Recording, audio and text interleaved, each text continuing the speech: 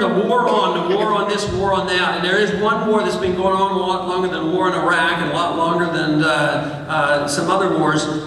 In modern times, it's been going on for more than 30 years, although they tried this war it's quite a few decades ago. And that is the war on the habits of American citizens to imbibe. You know, one time they called it prohibition. Today it's war on drugs, and it is detrimental. The war on drugs is much more harmful than the use of illegal drugs today.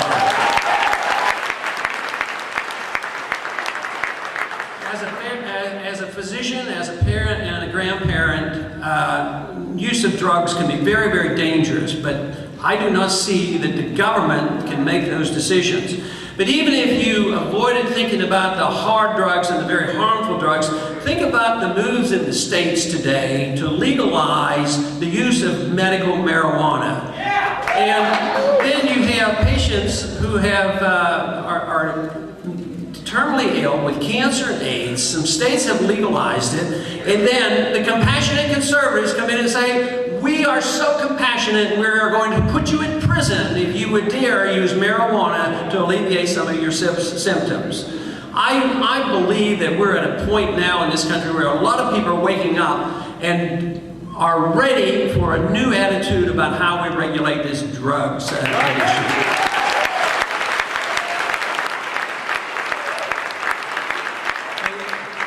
They tried, in the teens and the 20s, they tried the prohibition of alcohol, and all of a sudden they found out it made conditions worse. They found out that alcohol was delivered by the criminals, and alcohol became less pure, and people died from the impurities in alcohol, all kinds of problems. And they realized it was a mistake, and they repealed that. But isn't it interesting that back in those times, there must have been a lot more respect for the Constitution? Because when they wanted to impose prohibition on the American people, they realized they had to amend the Constitution.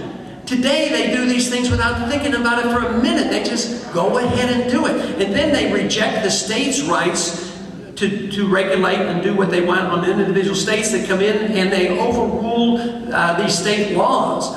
So we're living in an age where we have so little respect for the rule of law that I'm afraid that if we don't reverse the trend, we're going to have some very serious problems. I think the problems are going to eventually come to an end and to come and peak when the finances run out. But it's because we can't afford to run the police state. We can't afford to have this entitlement system where there's 60 or 70 trillion dollars. A lot of people ask me, why do we get so many young people coming into our campaign? And there's a lot of different reasons, but I might suggest that one good reason is that maybe they're seeing what we're giving them. They're giving them the burden of the paying for the entitlement system. There are less of them in that age group, and they know they're not going to get anything out of it, and they're waking up to this fact. And young people, like a lot of other people, sort of like the privacy of the internet. And they like my position that says, never tax the internet and never regulate the internet.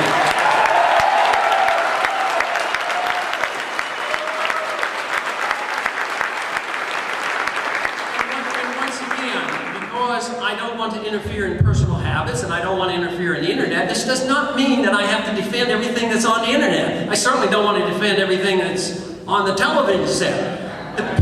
The issue is, who regulates us? Are we responsible for our own lives? Are we responsible for our children? Are we responsible as parents?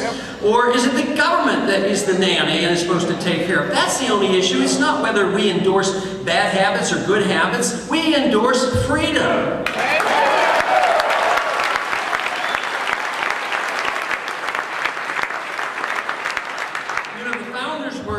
Very well educated, and they came to the conclusion that individual rights were very important. They talked about life, liberty, and the pursuit of happiness, and they believed in property rights. And I'm a strong believer in that. I believe in natural rights. I believe in God-given rights. I don't believe any rights come to us from our government. Governments are designed, and the purpose is to be very limited to protect those rights so that individuals don't take them from us with the use of force. It's very easy to accept the principle, don't use force on other people.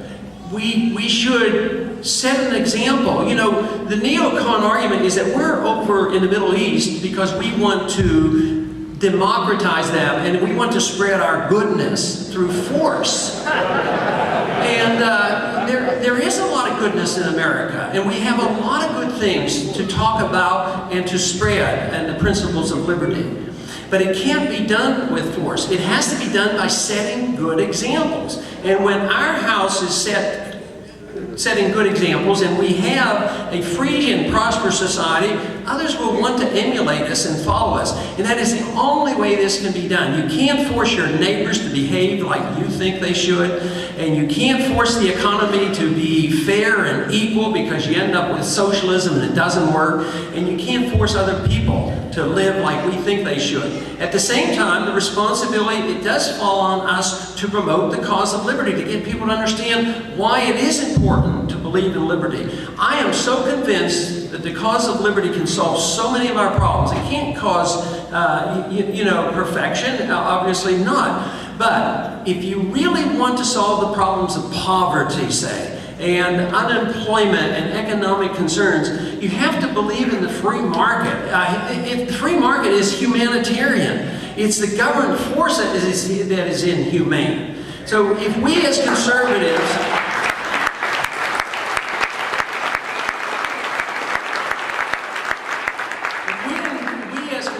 and libertarians understand this issue, we are the humanitarians, because it does produce more goods and services, and it distributes them better than any other system. Socialism fails. It always fails because they don't have a pricing structure, and it brings people down to a certain level. And yet our country right now is moving in the direction, we get involved in things we shouldn't be involved. We've been involved in medicine for 40-some years now, and nobody's happy. So what are they talking about? Nationalized health care. So there's a lot of things that can be done without dependency on the government. And we have been blessed. We've been very lucky to have lived in America. But we have an ominous responsibility right now. Those of us, and it sounds to me like most everybody that's here tonight, recognize that we do have a problem. So we have a responsibility for ourselves and our family and our country to do something about it. And that is to spread this message, to fully understand it so others will accept it. This is a very, very important campaign. It's important for all of us. It's important for the next generations. It's important for us tomorrow, because we have to deal with our foreign policy and troops dying on a daily basis. But the responsibility is on us, because we still do have a lot of freedoms. It's great that we have the internet. It's great that we have that media equalizer, that we can reach so many people.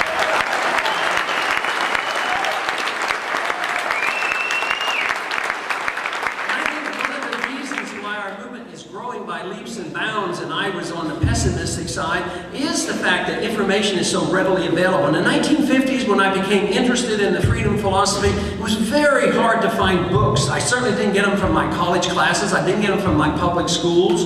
And yet I had to look and search. Today, you don't have to search. All you have to do is have a desire and look on the internet.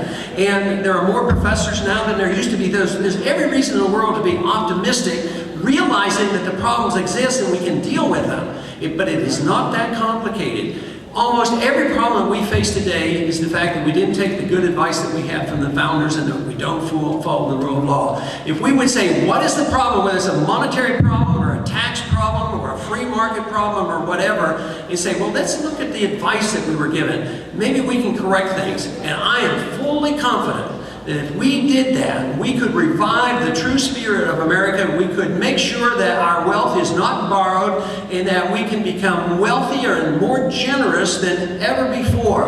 That is what I strive for. That is what I would work for, and as president, and that is what I thank you for coming and supporting those views. Thank you very much.